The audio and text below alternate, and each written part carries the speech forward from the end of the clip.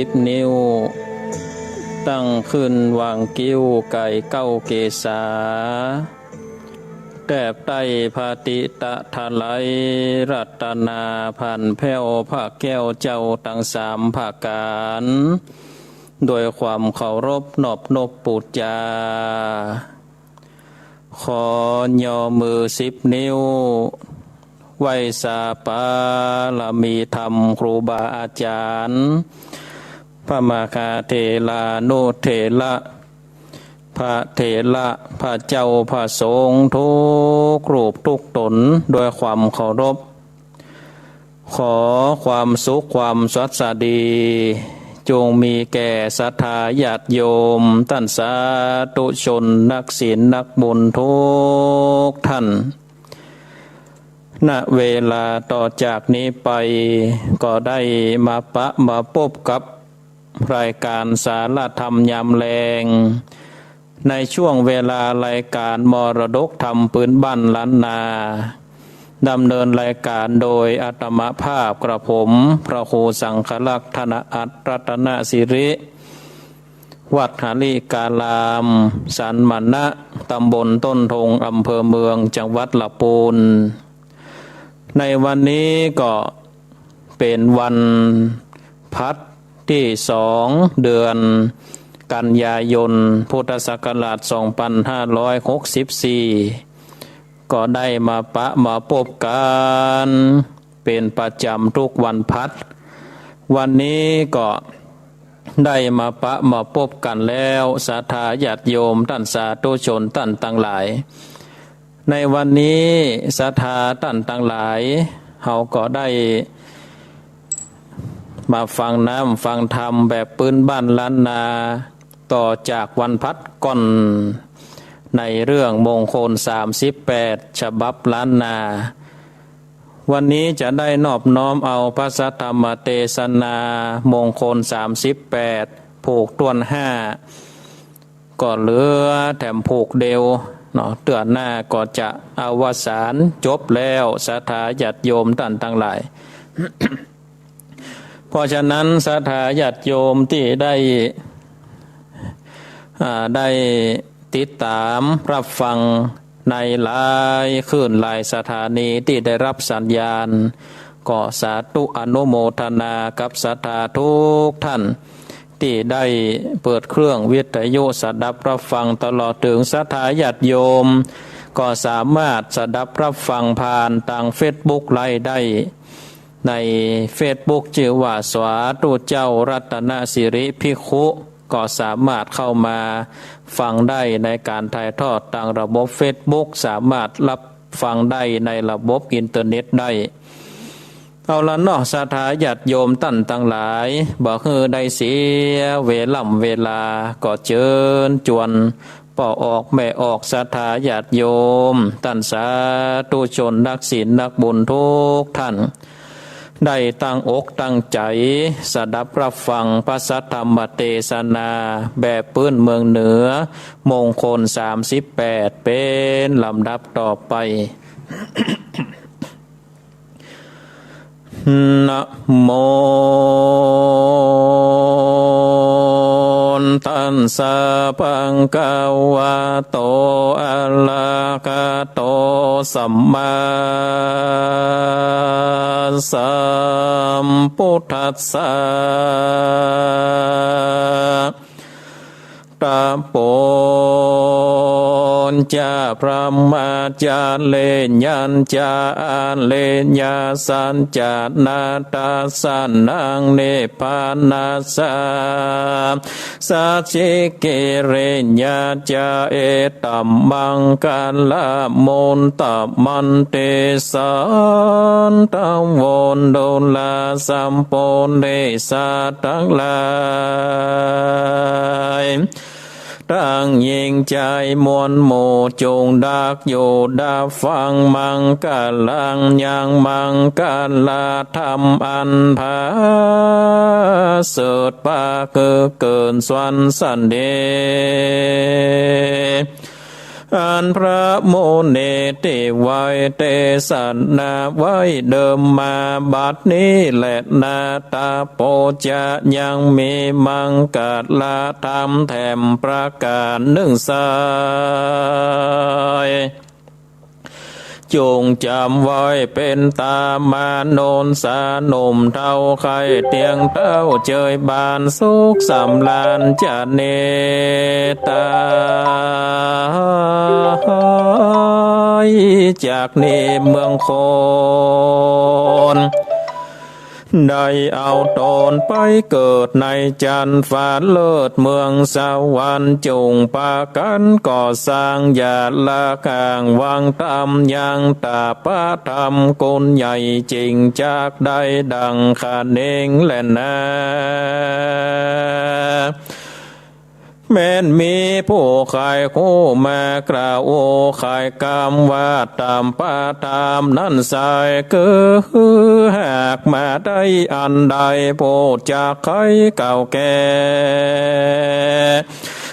แจ้งแน่ตามเมควรไขวานเตตอบถอยว่าบาปใหญ่น้อยตั้งได้หลีกเนกายก้อยกาดโดยอำนาจธรรมได้ทำดวงใสนั่นใสประกาศไว้ว่าตามปาธรรมคืออุโปสันตกรรมอันประเสริฐสินกาเลิศใสสันเลตั้งขันติยืนการสติมันละวังเดตั้งอินทรีย์ข้ามเจ้าบอกคือบาปเข้ามากวนจักจวนมนหมู่เฮียนคู่กรรมสอนแห่งพระจินนาวรติไว้คือคู่ควายกองเดตุตังขาวัดมีหลายเส้นบอดละเว้นไกลธรรมนาฝงเนพระเก้าจีวาตาปะธรรมตั้งมวลแหล่นนามานุสาน้อยใหญ่ปันเตบาทควายตาปะธรรมกุศลละกรรมใหญ่น้อยบ่จองคอยสันดานจากสำลานจอยโจดพ้นจากโตต้นตันลายโคนยิ่งใจน้อยใหญ่อันมากไฟเทิงโศกพ้นจากโตกจัดนาญาณได้จ้าเลวปานจงปากันไต่เต้าต่างเส้นเก้าเกิดตามปะธรรมมีกุลนำมากกว่าท่านกล่าวอ้างเกิดกันเตสินคาเดโกดแขวตังสินแปดอุมโปสันตังกรรมกันเขียนธรรมผ่านเจ้ากันสำรวมเล่าอินทรีตุตังขาวัดมีปอมควายก้อยโดยไตตามลายมีเปลี่ยนลายบ่อขาดบ่อประมาทลานสาบุญจากป่าเกินได้สมใจไฟโจประการบ่อนยาจัดแลนนาพระมัจจลิยันจายังมีมังกรลาแต้มประการหนึ่งเล่าอันพระพุทธเจ้าหากได้เทศนาแก่เทวันดาโต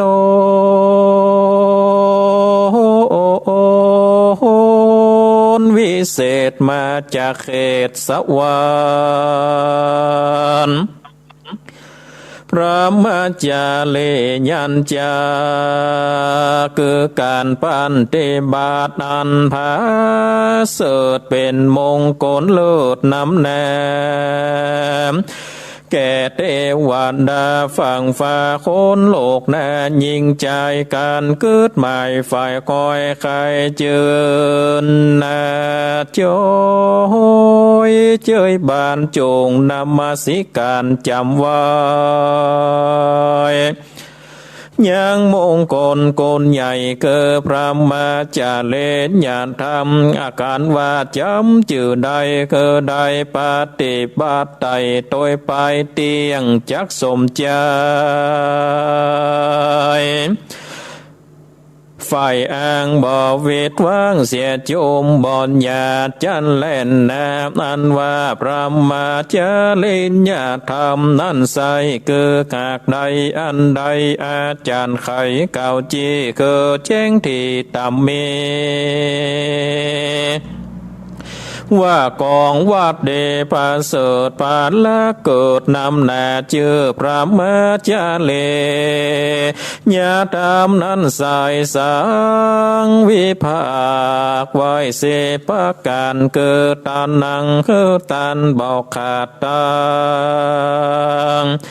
เข้าเป็นเดบาทอาการอาลังการพาแผ่นจอดตั้งแตนจองโกเตกิลานาปัจใจมีโยกยืนโดยใจจืนศรัทธา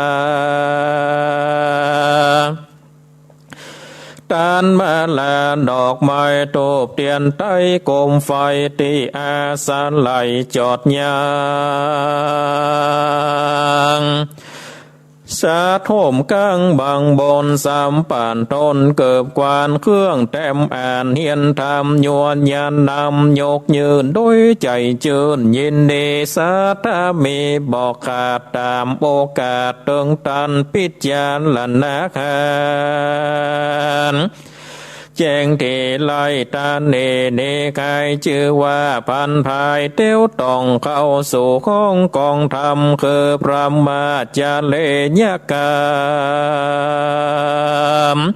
ขอเก้าตานางเล่าเป็นไม้แล่นนาวัยยาวัดยังบอดนางพอดได้ขามคงควายจ้อยใจยามคนหน่อยใหญ่นานนามีศรัทธามากกว้างได้ก่อสร้างตั้งบนเข้าไปหนุนเติมกามช่วยตักน้ำส่มไฟลางถอยทายถ้าไหลถาดปัดปูดลาดอ่านสันนาบอกเจียนจากกระโอข่าวโคโจประการตามกองถูกทำน้องแบบเบาคอยคิดเก่าเดิมมาการอาสาอยู่กายขามขับใจกระทำการยามต้านตานมากวางหรือก่อสร้างตั้งดีบ่อเล็กนีลีนาบ่อนั่งทาดูได้เกจากการลายฟงเนพระเก่าจีว่าพระมาจริยธรรมเกิดไว้ยาจากกรรมอันพาเสดบังเกิดสวรรค์สันดินแลนนาปัจจสีลังพระมาจารย์ลิญยังอันว่าสินตั้งคาได้ชื่อว่าพระมาจริยธรรมแห่งคนนานำมนหมู่อันข้างอยู่เกขามาโนสาน้อยใหญ่ขาดนิ่งควายอาเจนคักษาสินตั้งคาบอกเว้นว่าบทใดสินสายสะอาดบอกขาดเสียนตนย่อมเป็นมงโกฎอันผ่องแผ้วกาดแก้วไพมานได้สุขเจยบานเตียงเต้าปันได้เข้าเนหลับปานศีลเจียงคานตั้งหาแข่งคนลุ่มฟ้ายิงใจตั้นตั้งหลายได้บอกไว้ว่าเป็นพระมาจาเลญธรรมกุลหลายแหล่นาพระมาจาลิยังนามาอาปะมัญญาอันว่าอาปะมัญญาตั้งสี่พระเก่าจี้ไข่กามว่าเป็นพระมาจาเลญาธรรมบ่อเศร้าเตียงเต้าตีคาอันว่าอาปามัญญานั้นใสเกิดขากใดอันใดตันจริงใครเก่าแก่แจ้งแน่แห่งสังกาว่าเมตตาเป็นเก้ากาลุนาเล่าเป็นสองโมติตามปองติต่อนาเป็นข้อตวนสามอุเบขางามเมนตีค ครบถ้วนสี่อาปะมัญญาอันว่าเมตตานั้นใสคือใจไฟปิญญาต่างสัตว์นานามวลหมู่ไข่โจโพเสมอกันไข่คือเขามันมวลหมู่ได้สุขอยู่ติกากันโลนานั้นเล่าโตคำเจ้าเชิญวันมีใจผันจองหอยเกิดขาก้อยเอ็นโดนยังมาโมขาก้อยเอ็นโดเป็ดไก่สัตว์น้อยใหญ่ต่างหลายสัตว์ดังยิ่งใจมนมากใครโยกลากนำปาอย่างสัตว์นามวลมากเกิดพ้นจากตังเขนได้สุขเย็นจื่นจอยคายต่ำก้อยเครื่องกาโมติตานั่นใสเมื่อสัตว์น้อยใหญ่คนใดปนเข็นใจกันอยากบ่ลำบากเครื่องเข็นเลือได้เป็นเดยศใหญ่มีใจไฟจมบานสาโตการบ่อเสียเยี่ยแสงอิจฉาเบกขาดนั้นใสวางใจไว้ตามเมื่อสัตว์นานำน้อยใหญ่โตกโศกไม่อนาถา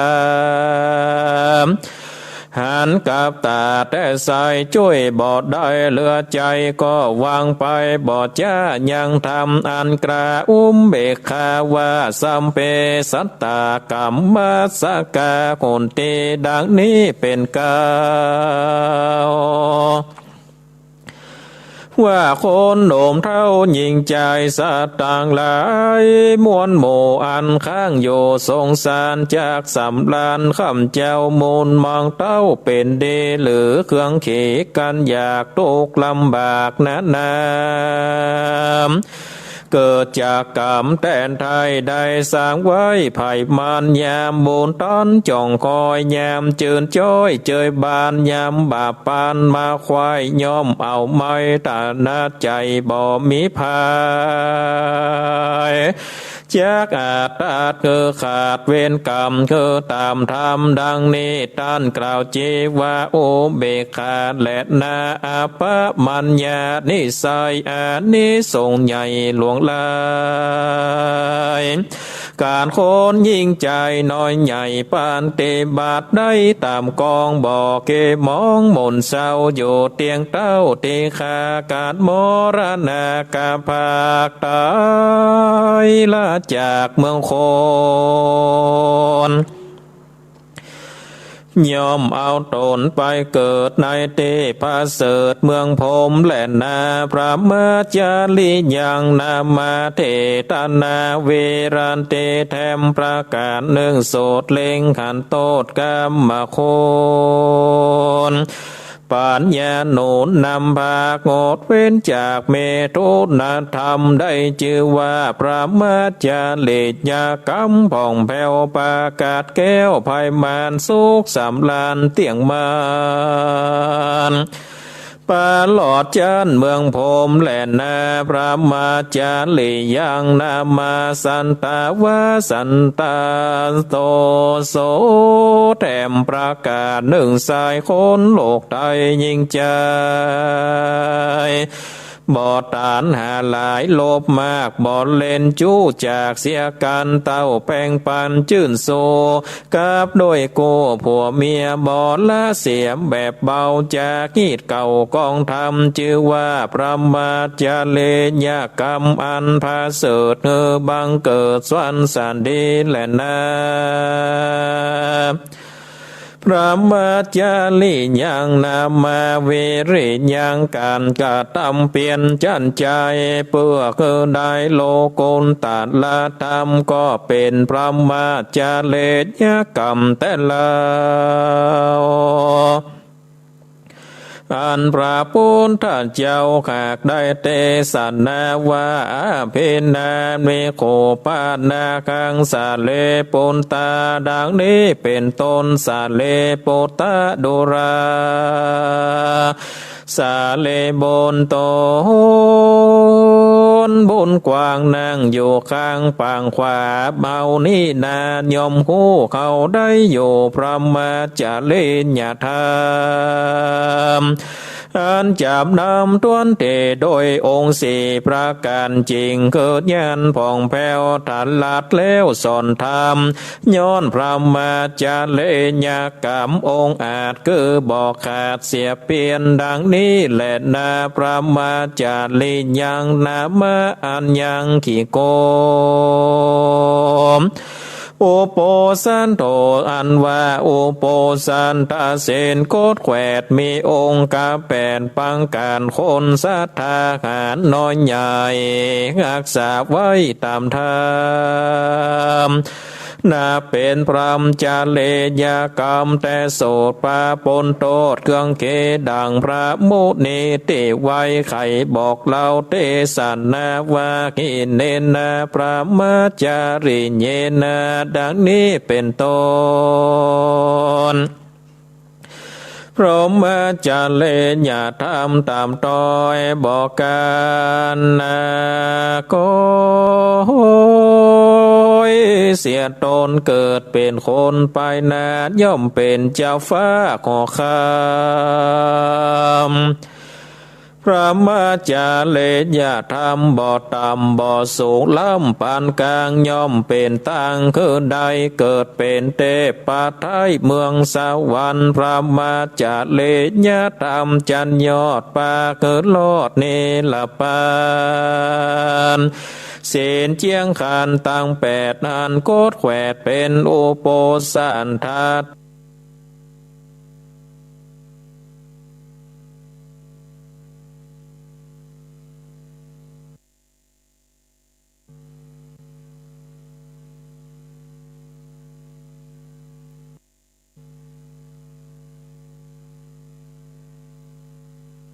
ธรรมจริงเป็นพระมาจาเลญาธรรมกุลใหญ่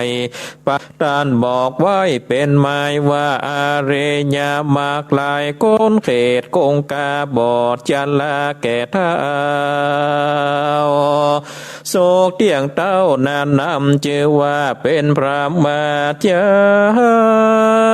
ลิญาจื่นจอยดังพระยอดซอยเตสันนาวากาตามันจะพิกาเวพระมาจาริญา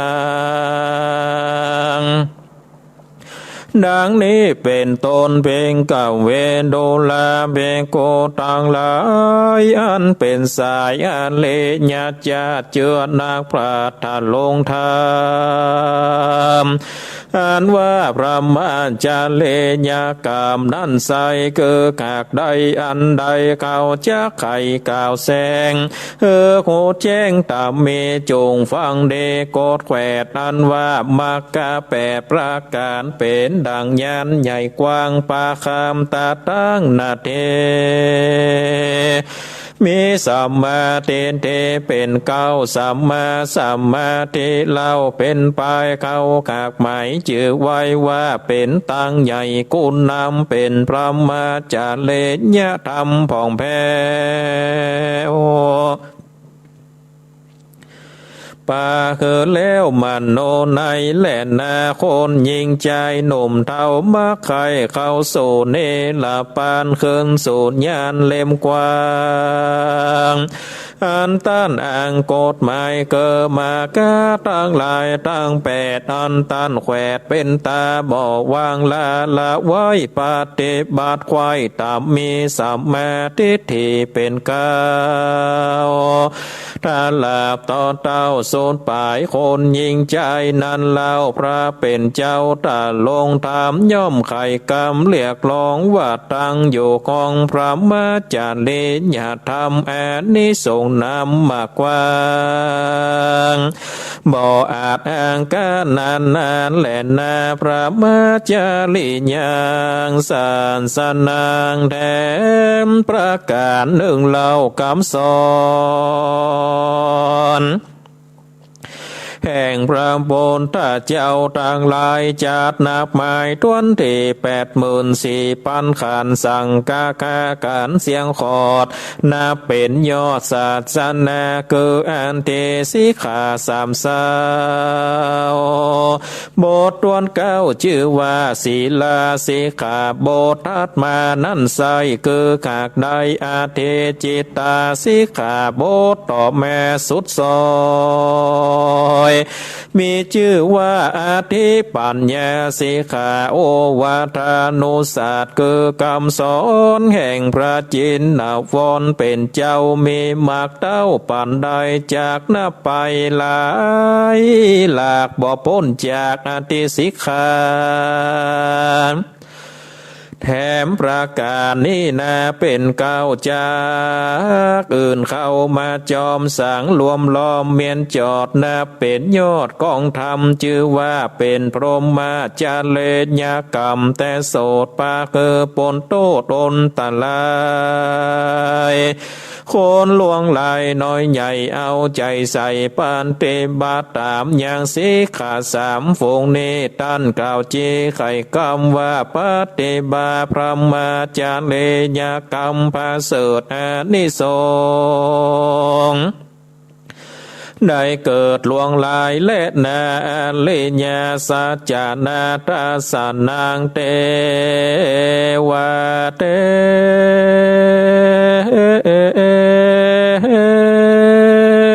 ดุราเตวันดาตนวิเศษมาจากเขตเมืองบนยังมีมงคลแถมประการหนึ่งใสมีกุลใหญ่น้ำนาอ่านจากปากเกินลอดอามันตายอดเนลปานคือมีญาณแจ้งส่องขันควายของอาเลญาสัจจะธรรมแลนาอาเลญาสัจจะธรรมนั่นสายคือขากมาได้ของบ่ไหวบิดเบี่ยงมีมันเตียงสัจจางอาริญาทันอาริญานางแห่งพระอาเลญาเจ้าตั้งแต่เก้าสุดปลายคือว่าอันละขันตาสุดยอดเตียนย่อมสอดเล็งหันตันจริงปันชื่อไว้ธรรมกุลใหญ่อาเลญาสัจจะธรรมและนาจัตตาเลอาเลญาสัจจะเนอันว่าอาเรญาสัมจาตันสายสังเวภาคไว้สี่ประการคือว่าตุกาอันเลญาสัจจะตุขาสมุทัญญาเลญาสัญจาตุขานิโรธาเลญาสัญจาตุขานิโรธาขามิเนปันติปันธาเลญาสัญจาตุขาเลญาสัจจานันโสดเกิดตกลายโกดนำแน่ทุกยามเกิดมาเป็นก้าวตกเมื่อเท่าลอยแรงตกยามเปียที่แฝงมวยไข่ก้อนเอาไม้เลือลายตกยามจากตายมวยหมอดเหตุทำหมอดอนาถาตกย้อนสัมปตินามักเต่าตกย้อนโศกเศร้าเววนตกตาลนกั้งแกนตกทางแน่นทานนาใจตกได้ไกลปัดภาคเวปะโยกจากคนแปลงตกคำแฝงเอาไม่ได้อยู่ไกลคนจังเกิดใจหวังตั้งไว้ปล่อยบ่ได้สมหมายเป็นตุกหลายบ่อนน้อยที่จ่องคอยโดยมาตุกนาฝงเนตันกล่าวจีว่าตุกอาเลญาสัจจะเลนาสมุทัญญานั่นใสเกิดขากได้ตัณหาโต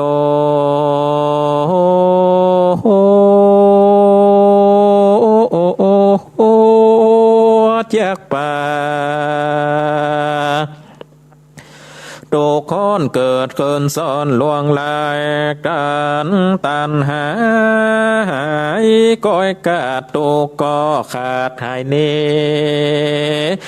ตัณหามีหนุนก่อต่างทุกข์ก่อทางโดยมาตัวตัณหาต้อยจะจริงได้ชื่อว่าทุกขสมุ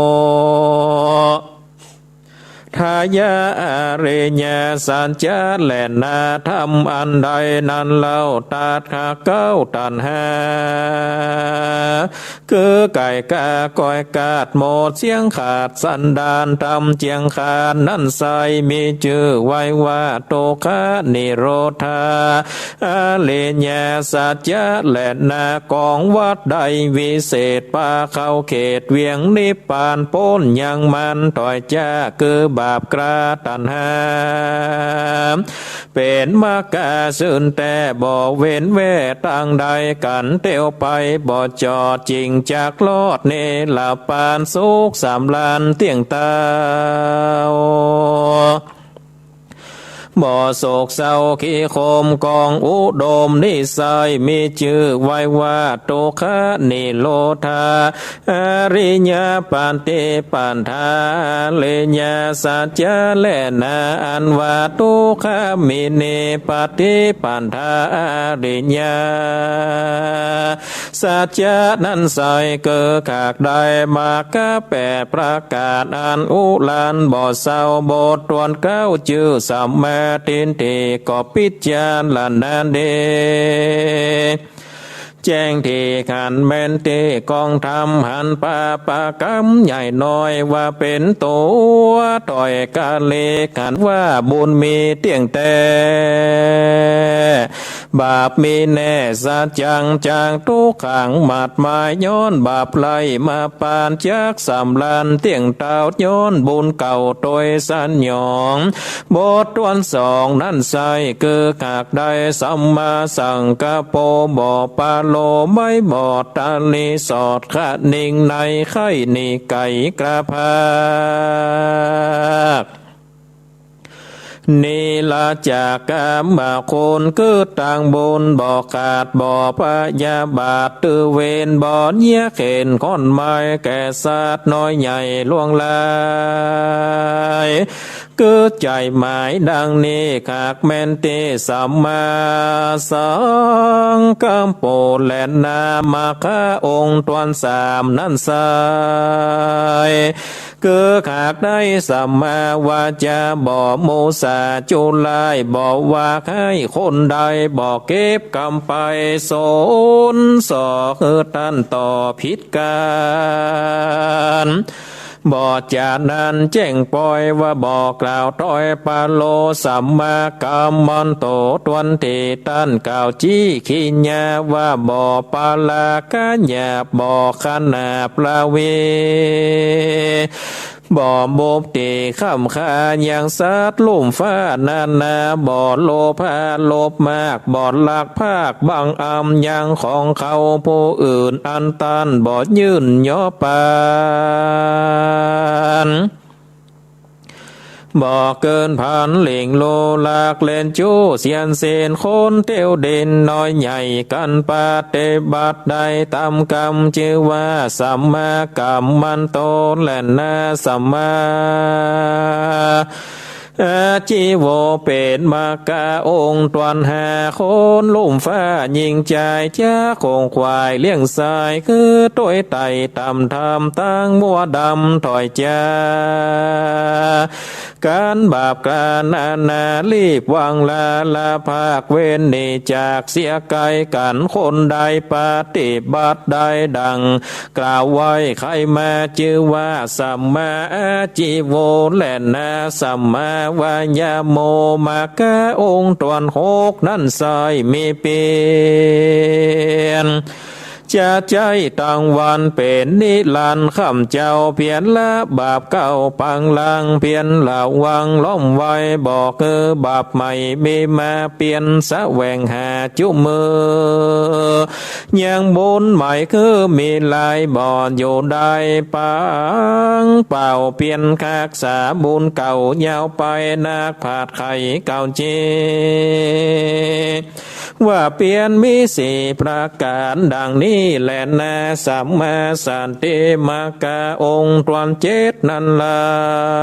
ว มีสติเฝ้าเต็มโตดยามเดือนโหนเตียวย่างยามก่อสร้างกาทำการย่อมจากขันเก่ายามเกิดอยู่ขันนิ่งในสติไปก่อนหน้าก็ตำกว่าต้อยหลังสติระวังตั้งมันพิจารณาสันอาการในสติปัฏฐานดังสี่คือเสียงตีสังกามิกาญาโนปัสสนาเป็นเก้าตาลาบต่อเต้าธรรมาโนปัสสนาและนาสัมมาสัมมาเตมกะองค์ตวนแปดนั่นสายตั้งใจไว้ตั้งเดเปื่อละเนกิเลสเข้าสู่เขตนิพพานคือจำเลินสันตั้งสี่โลปลีกลี่มันภัยเอเสวมะโคนาตัญโยตัสสะนาสาเวโสติญาคนยิ่งใจน้อยใหญ่อันมักไฟขาดนิ่งหวังจักไปยังเมืองแก้วอันเลิศแล้วเกินเนปานมากาตั้งแปดประการอันพระพุทธเจ้าได้แขวดเป็นตาว่าเป็นมักกะตั้งซื่อมีไว้คือเตียวไป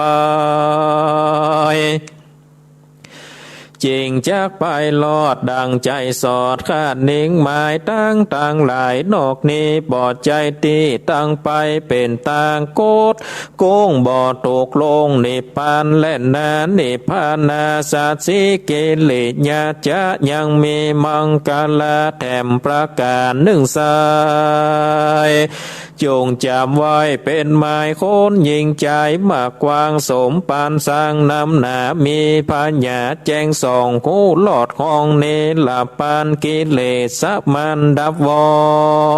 ดนับเป็นยอดมงคลและนาเอตังจตุพิทักกรรมังอันว่ากรรมสี่ประการฝูงนี้ดังกล่าวจีไขมาตาโพจาคือมีความเพียรอันใหญ่คือก้อนไม้แก่ป่าปันธรรมพระมาจาเลญันจาปาเตบาพรหมจาเลญกรรมควายคองอาลิญาสัญจานาตาสานังขันแจ้งสองอาเลญาสัจจานธรรมแล้วแหล่นำมากะตั้งแปดกำโนแขวดเป็นต่างเตียวไปปางยังจอดคืออมตะยอดเนลปานนิพพานาสันสิกิริญาจามีบุญสมปานมากกว้างบุญก่อสร้างมาลายปัญญาภายเติมแทงกาตามคือแจงเสิงพระนิพพานกิเลสมันดับวอดนับเป็นยอดมงคลและนาเนทิตังขิญาสังวานนาวิเศษจาของเขตมังกลา38ซอยผูกตวนแห่ก็บังกรมสมเลศสเดเอาละศรัทธาญาติโยมท่านสาธุชนนักศีลนักบุญทุกท่านการได้เทศนาธรรมอันมีชื่อว่ามงคล38ประการ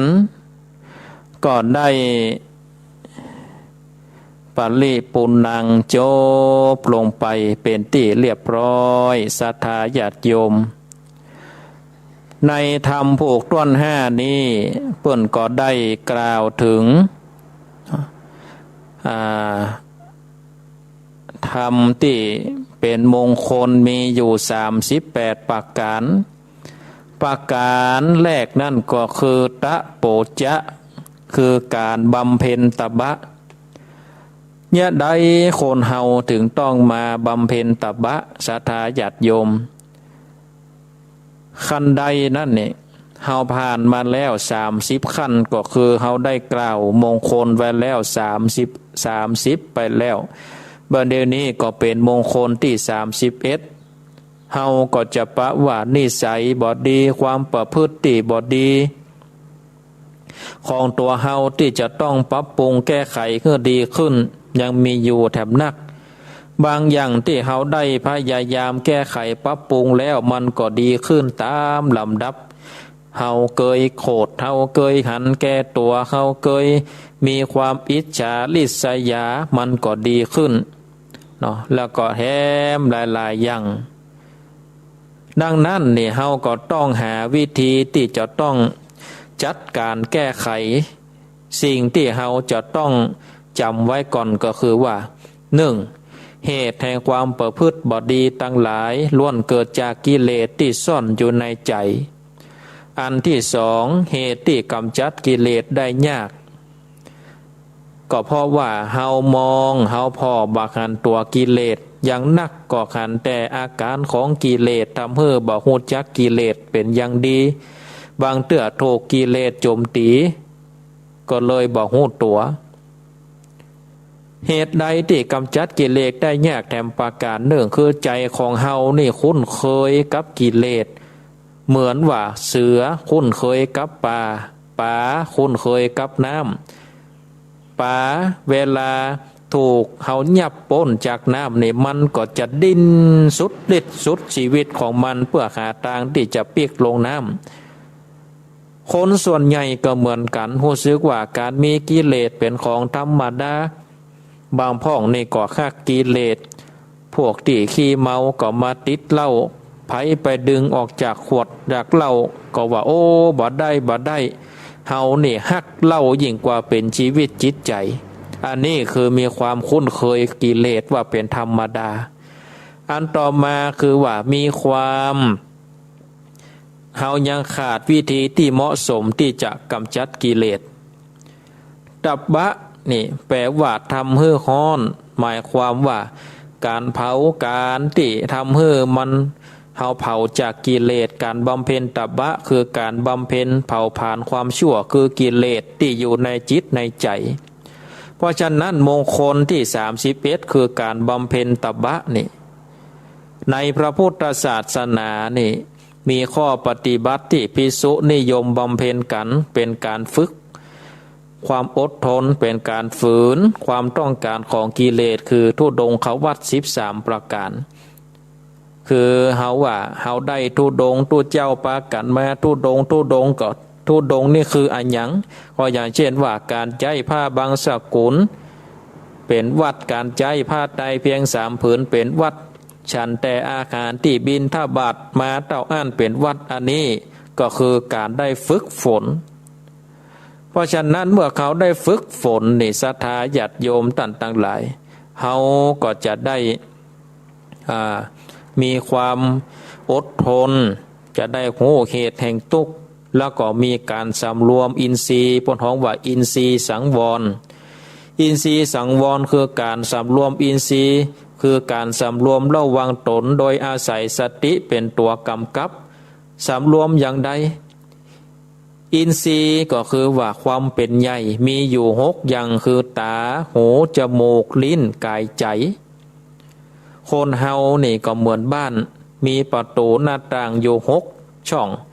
สิ่งต่างๆภายนอกที่จะรับทราบมาจาก6ทางนี้เป็นสิ่งที่ดีทำให้ใจเฮาได้สงบผ่องใสก็มาจาก6ทางองค์สมเด็จพระสัมมาสัมพุทธเจ้านี่เพิ่นได้เปรียบ6ช่องทาง6หน้าต่างนี้ไว้ว่าตาคนเฮานี่เหมือนงูบ่ชอบที่เรียบแต่ชอบที่ลึกลับซับซ้อนตาคนเฮาก็เหมือนกันบ่ชอบพออันอย่างที่มันเรียบชอบพอที่มันสิ่งที่มันมีลวดวิลายมีวิจิตรมีความสวยสดงดงามยิ่งเป็นสิ่งที่เขาปกปิดแล้วก็ชอบพออันนี้ก็เพราะว่าบ่ได้สำรวมอันที่สองหูคนเฮานี่เหมือนจระเข้คือชอบที่เย็นอยากฟังกำเย็นที่เขาชมเฮาหรือกำอู้ที่เพราะถ้ากำฮ้อนนี่บ่ชอบกำเปิ้นแจ้งเปิ้นด่านี่บ่ชอบฟังที่มันเย็นอันที่สามลิ้นคนเฮานี่เหมือนสุนัขบ้านชอบลิ้มรสอาหารวันขอให้ได้กินแต่ของล้ำอันต่อมาร่างกายเขานี่เหมือนสุนัขจิ้งจอกคือชอบอยู่ที่อุ่นที่นุ่มนอนเตียงนอนต่างที่มันนุ่ม ที่มันหนามันจะได้บาดเจ็บหลังเจ็บแอวใจของคนเฮานี่เหมือนลิงมันชอบกึดปุ้นมันชอบกึดเพ่มันบ่อยู่นิ่งเหมือนลิงศรัทธาญาติโยมต่างหลายอันนี้คือการได้เปรียบว่าอายตนะคือหกนี่อินทรีย์สังวรสิ่งที่ต้องสำรวมระวังทั้งหกเราต้องสำรวมระวังตาหูจมูกลิ้นกายใจเราต้องฝึกไว้บ่ให้มันมีความโลภความโกรธความหลงเนื้อศรัทธาญาติโยมต่างหลายวิริเยทุกขมัจเจติบุคคลจะล่วงทุกข์ได้เพราะความเพียรความพยายามความฝึกฝนเราจะล่วงจากความทุกข์ได้เราจะพ้นจากกิเลสจากความโลภความโกรธความหลงได้ก็ด้วยความฝึกฝนเนี่ยอย่างที่อาตมาภาพได้กล่าวไปว่าเหตุใดตุเจ้าเพิ่นถึงได้ฝึกฝนเปิ้นถึงได้ถือธุดงค์เขาวัดก็เพราะอาหยังก็เพราะว่าเปิ้นมีการต้องฝึกฝนเพื่อให้หลอดพ้นจากกิเลสขันติปรมังตะโปตีติขาความอดทนอย่างแรงกล้าเป็นตบะอย่างยิ่งอานิสงส์การบำเพ็ญตบะคือหนึ่งทำให้เลิกเป็นคนเอาแต่ใจตัวได้เร็ววันสองทำให้คุณธรรมทั้งหลายเกิดขึ้นในตัวสามทำให้มงคลข้อต้นทั้งหมดเกิดขึ้นกับเฮาสี่ทำให้เฮาได้ถึงนิพพานอันนี้คือมงคลที่31นอกการบำเพ็ญตบะอันต่อไปคือการได้หันประพฤติพรหมจรรย์ประพฤติพรหมจรรย์ได้32การประพฤติพรหมจรรย์ก็แปลว่าการได้ประพฤติตนอย่างพระพรหมหรือการประพฤติอันประเสริฐหมายถึงการประพฤติปฏิบัติตามคุณธรรมต่างๆทั้งหมดที่พระพุทธศาสนาได้กล่าวได้สอนมาอย่างเคร่งครัดเพื่อป้องกันบ่ให้กิเลสมันปิกคืนมาจนกระทั่งหมดกิเลสก็จะได้เข้าสู่พระนิพพานการประพฤติพรหมจรรย์นี่ศรัทธาญาติโยมท่านทั้งหลายอย่างในธรรมนี่เปิ้นว่าถ้าเฮาเป็นคนสามัญธรรมดาเฮาก็อยู่ในศีลกินอยู่ในธรรมอยู่ในศีล5ปาอะกามุสุก็คืออยู่ในจิตในใจคือมีในศีล5ถ้าเฮามีเวลาวันพระวันศีลวันธรรมสวรรณะเฮาก็จะได้ไปถือศีลอย่างถึงวันนี้นี่มันเป็นยุคของนิวนอร์มอลบางวัดเปิ่นก็งดการไปนอนวัดนอนวามันจะเป็นการรวมตัวกันอาจจะทำให้มันเกิดการติดเชื้อการแพร่เชื้อได้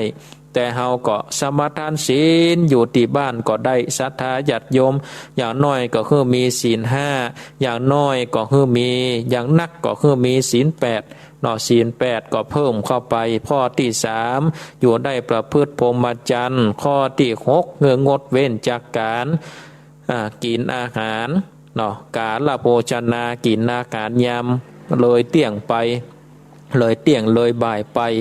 ข้อที่6คือการงดเว้นจากการดิดสีตีเป่าข้อที่7งดเว้นจากการลูบไล้ของทาข้อที่8งดเว้นจากการได้นอนได้นั่งเตียงตั้งอันเงียบด้วยงิ้วนอนด้วยนุ่นทำให้มันนุ่มอันนี้ก็ถือว่าไปฝึกร่างกายศรัทธาญาติโยมอานิสงส์แห่งการได้ถือศีลก็ดีอานิสงส์แห่งการได้ประพฤติพรหมจรรย์ก็ดีทำให้ได้ปลอดโปร่งโล่งใจบ่ต้องกังวลหรือระแวงอันที่สองทำให้เป็นอิสระเหมือนนกน้อยอยู่ในอากาศสามารถบินไปไหนก็ได้อันที่สามทำให้มีเวลานักในการทำความดีอันที่สี่ทำให้เป็นที่สรรเสริญของบัณฑิตทั้งหลายข้อที่5ทำให้ศีลสมาธิปัญญาเจริญลุดหน้าไปโดยบ่ถอยหลัง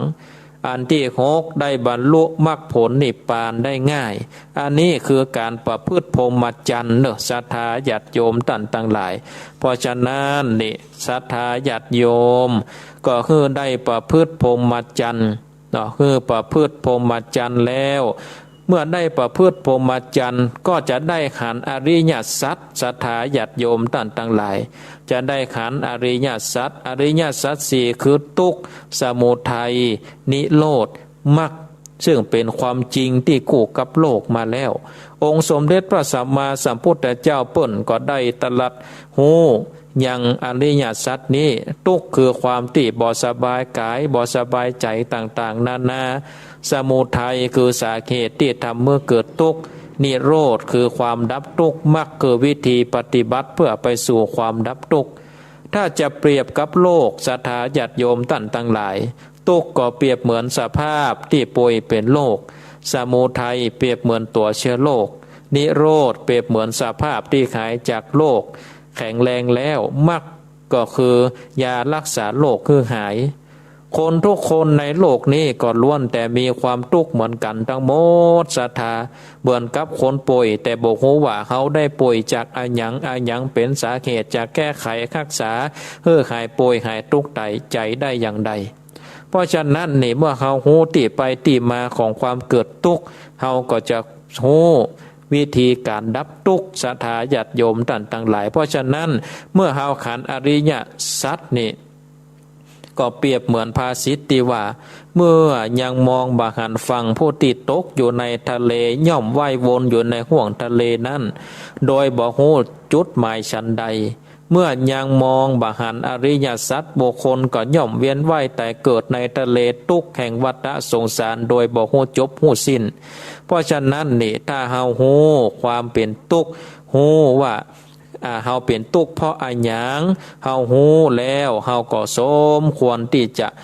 ละเนาะเฮาฮู้ว่าเฮาบ่สบายใจเพราะมันเป็นทุกข์เพราะอาหยังเฮาก็ฮู้ว่าโอ้เฮาเป็นทุกข์เพราะการเกิดเฮาเป็นทุกข์เพราะการแก่เฮาเป็นทุกข์เพราะการเจ็บเฮาเป็นทุกข์เพราะการตายเนี่ยใดเฮาถึงหลอดพ้นจากที่จะมันเกิดมันแก่มันเจ็บมันตายก็ทำเนาะได้นั่งเจริญพิจารณาจำเริญจิตจำเริญใจเนาะได้หลอดพ้นนี่ศรัทธาญาติโยมเพื่อที่จะได้ไปถึงพระนิพพานนิพพานนี่ก็จะโยงไปถึงอย่างมงคลเนาะมงคล38มงคลที่34คือการทำนิพพานให้แจ้งนิพพานนี่แปลได้หลายอย่างแปลว่าความศูนย์ก็คือความดับกิเลสดับทุกข์ศูนย์จากกิเลสศูนย์จากทุกข์แปลว่าความพ้นคือพ้นจากทุกข์พ้นจากภพทั้งสามนิพพานก็เป็นซึ่งความทุกข์ทั้งหลายที่เฮาเข้าไปบ่ถึงอยู่พ้นทุกข์ของไตรลักษณ์บ่มีการเวียนว่ายตายเกิดบ่มีการเจ็บบ่มีการแก่บ่มีการตายทุกอย่างเป็นสุขขังเป็นนิจจังเป็นอัตตาเป็นตัวตนที่แท้เพราะฉะนั้นนิพพานังปรมังสุขขังนิพพานเป็นสุขอย่างยิ่งเพราะว่าบ่มีการเกิดบ่มีการแก่บ่มีการเจ็บบ่มีการตายภัยเข้าไปถึงอย่างพระนิพพานได้นิศรัทธาญาติโยมย่อมทำให้จิตใจบ่หวั่นไหวในโลกกธรรมทำจิตใจบ่โศกทำให้จิตใจปราศจากผงทุรีทำจิตใจให้เป็นเกษมเพราะฉะนั้นนี่นิพพานนี่เป็นสิ่งที่เฮาเป็นชาวพุทธนี่ปรารถนาเนาะศรัทธาญาติโยมท่านทั้งหลายปรารถนาที่จะไปถึงนิพพานแต่เฮาจะถึงนิพพานบ่ได้นั่นก็ล้วนแล้วว่าตามบุญตามบารมีที่เขาได้ขันอริยสัจเฮาจะตัดความทุกข์ได้เพราะการหูสมุทัยเมื่อหูเหตุแห่งทุกข์เขาก็สามารถดับทุกข์ได้เฮาก็สามารถเสาะหาคนต่างที่จะดับทุกข์เมื่อดับทุกข์แล้วเฮาก็เข้าใกล้กระแสพระนิพพานทำวันละเล็กทำวันละหน่อยทำบ่อยๆมันก็ถึงศรัทธาญาติโยมท่านทั้งหลายไฟใดเสมอด้วยราคะไม่มีโทษใดเสมอด้วยโทสะบ่มีทุกข์ใดเสมอด้วยเบญจขันธ์บ่มีสุขใดเสมอด้วยความสงบบ่มีความหิวเนาะเป็นโลกอย่างยิ่งสังขารเป็นทุกข์อย่างยิ่งพระนิพพานเป็นสุขอย่างยิ่งเพราะฉะนั้นใครได้สุขก็ศรัทธาญาติโยมท่านทั้งหลายทำถึงพระนิพพานเนอะทำพระนิพพานแจ้งแก่ในจัดนี้เนี่ยศรัทธาญาติโยมอาตมาภาพก็ได้เทศนาธรรมมงคลล้านนาฉบับ38ประการแบบล้านนาให้กับศรัทธาญาติโยมท่านทั้งหลายก็เหลือแถม4มงคลก็จะจบแล้วนะผูกหน้านี่ก็จะจบแล้วเนอะศรัทธาญาติโยม ตอนนี้ดำเนินความมาถึงผูกต้วนห้าวันพัดหน้าหากว่าบัดติดธุระบัดติดการติดงานตังใดก็จะได้นำเอาผูกต้นหกปางสุดปางซอยมาเทศเพื่อกับศรัทธาญาติโยมท่านสาธุชนนักศีลนักบุญทุกท่านที่ได้เปิดเครื่องวิทยุสดับรับฟังก็ดีหรือว่าเข้ามารับชมรับฟังในการถ่ายทอดทางระบบ Facebook ก็ดีศรัทธาญาติโยมท่านทั้งหลายก็สาธุอนุโมทนาแล้วก็ได้นอบน้อมเอาน้ำธรรมคำสอนที่ศรัทธาญาติโยมท่านทั้งหลายได้ยินได้ฟังก็ศรัทธาก็นำไปประพฤติใจอันใดที่มันสามารถนำไปใจได้ก็สามารถที่จะ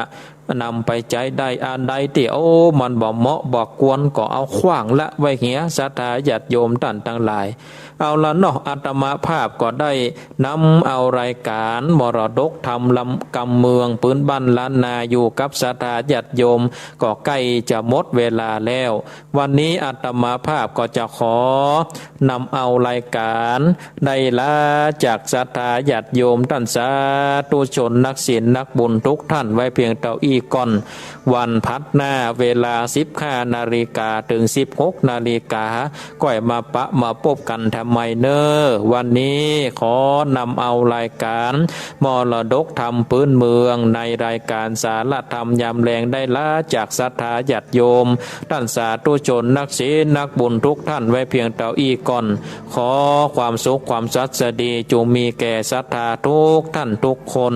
อายุวันโนสุขังพลา